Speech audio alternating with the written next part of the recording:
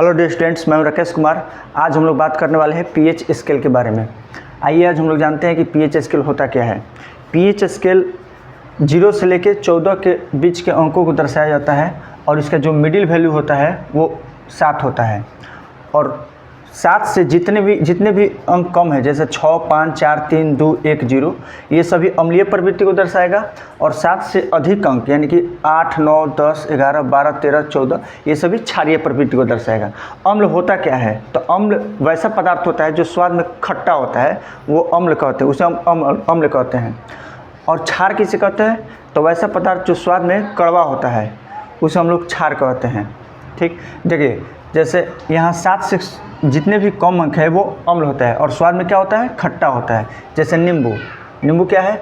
अम्लीय पदार्थ है क्योंकि ये खट्टा होता है। संतरा, टमाटर, ये सभी क्या है? अम्ल है और इसमें अम्ल पाया जाता है।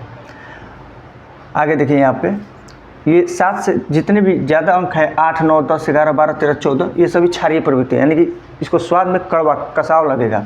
जैसे चूना, फिटकरी, समुद्र का जल, ये सभी मतलब कि स्वाद में क्या लगेगा? कड़वा लगेगा। और देखिए उदासीन क्या है?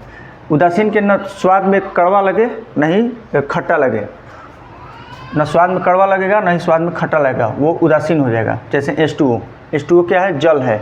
जल हम लोग पीते हैं तो क्या लगता है? उसका स्वादहीन होता है, मतलब कि उसमें कुछ स्वाद होता ही नहीं है। CO कार्बन मोनोऑक्साइड, NaCl नमक, ये सभी क्या है? उदासीन है। और इसका अम्ल का पहचान का ट्रिक बता रहे हैं आप लोग को कि अम्ल का पहचान में या तो आगे H लिखा रहेगा या तो बीच में H लिखा रहेगा, तो वही अम्ल है। देखिए HCl, इसमें H लगा है मतलब कि हाइड्रोक्लोरिक अम्ल, H लगा है तो अम्ल हो गया। H2SO4 सल्फ्यूरिक अम्ल, H लगा है।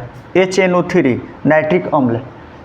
ठीक, अब यहाँ देखिए क्षार का पहचान है कि पीछे इसके पीछे OH लगा रहता है, OH। जैसे MgOH का whole twice, magnesium hydroxide, KOH potassium hydroxide, NaOH sodium hydroxide.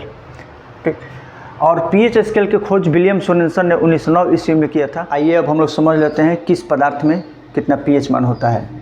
जैसे यहाँ लिखा है जठर रस का पीएच मान 1.2। जठर रस यानी कि हम लोग के आमाशय में हाइड्रोक्लोरिक अम्ल पाया जाता है, उसको हम लोग जठर रस या गैट्रिक जूस बोलते हैं।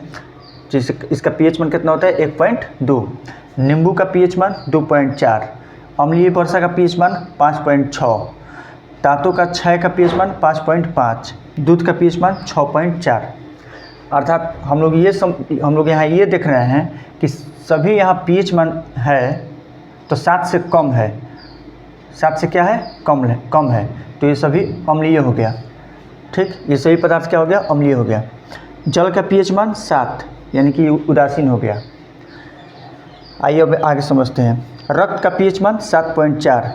मिल्क ऑफ मैग्नीशिया का पीएच मान 10। चूना का पीएच मान 11। सोडियम हाइड्रोक्साइड का पीएच मान लगभग 14 होता है। और यहाँ हम लोग देख रहे हैं कि यहाँ सभी रक्त, मिल्क ऑफ मैग्नीशिया, चूना, सोडियम हाइड्रोक्साइड सभी 7 से अधिक है, अर्थात ये क्या हो गया? क्षारीय हो गया। प्रश्न पूछ देता है कभी कभी, रक्त क्या है? अम्लीय है कि क्षारीय है? तो रक्त क्या है? क्षारीय है, क्योंकि रक्त का पीएच मान 7.4 है। चलिए अब हम लोग आगे समझते हैं किस पदार्थ में कौन सा अम्ल पाया जाता है। चलिए अब हम लोग समझते हैं कि किस पदार्थ में कौन सा अम्ल पाया जाता है। देखिए आप लोग का यहाँ स्क्रीन पर लगा होगा, जैसे लिखा है यहाँ पे, सिरका में कौन सा अम्ल पाया जाता है? तो सिरका में एसिटिक अम्ल पाया जाता है। संतरा में कौन सा अम्ल पाया जाता है? तो संतरा में सिट्रिक अम्ल पाया जाता है। इमली में कौन सा अम्ल पाया जाता है? तो इमली में टार्टरिक अम्ल पाया जाता है। टमाटर में तो ऑक्जेलिक अम्ल पाया जाता है। खट्टा दूध दही में तो लैक्टिक अम्ल पाया जाता है। नींबू में सिट्रिक अम्ल पाया जाता है। चींटी के डंक, बिच्छू के डंक या नेटल के डंक में कौन सा अम्ल पाया जाता है? मेथनोइक अम्ल पाया जाता है।